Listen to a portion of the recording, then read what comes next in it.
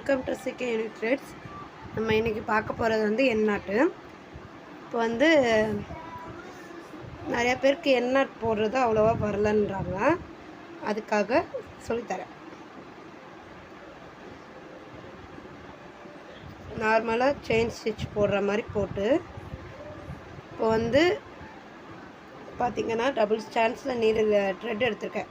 ஏன்னா த்ரெட் வந்து கட் ஆகும் சிங்கிள் ஸ்டாண்ட்ஸாக எடுத்திங்கன்னா, அதனால டபுள் ஸ்டாண்ட்ஸ் எடுத்துருக்கேன். நெக்ஸ்ட் வந்து நீடில் வந்து ஸ்ட்ரைட் ஆங்கிளில் இருக்கணும். நெக்ஸ்ட்டு லெஃப்ட் ரைட் ரொட்டேட் பண்ணுற மாதிரி எடுக்கணும் உள்ளே குத்தி எடுக்கையில்.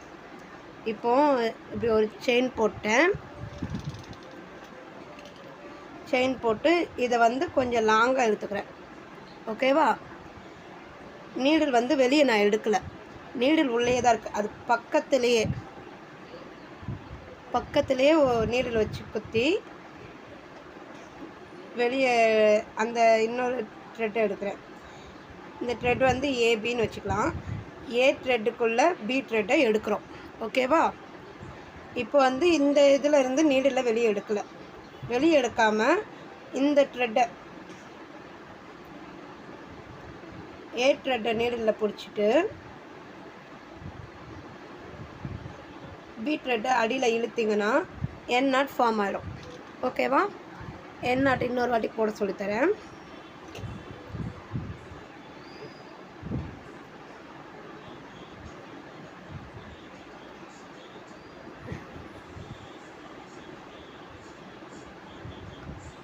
செயின் ஸ்டிச் போட்டு லாங்காக த்ரெட் இழுத்து நீடில் வெளியே எடுக்காமல் உள்ளேயே அதுக்குள்ளேயே குத்தி மறுபடியும் எடுத்து இந்த த்ரெட்டை வந்து அதுக்குள்ளே விடணும்.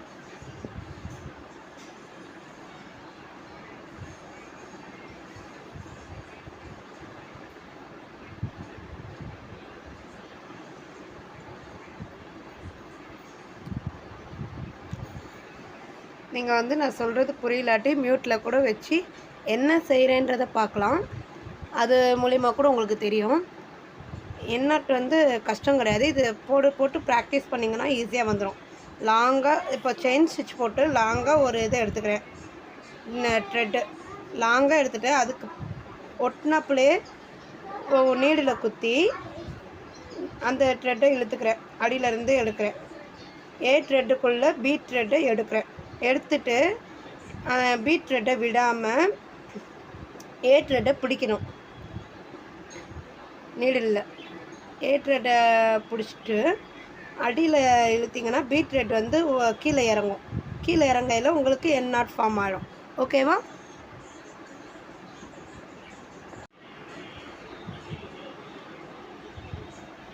பை.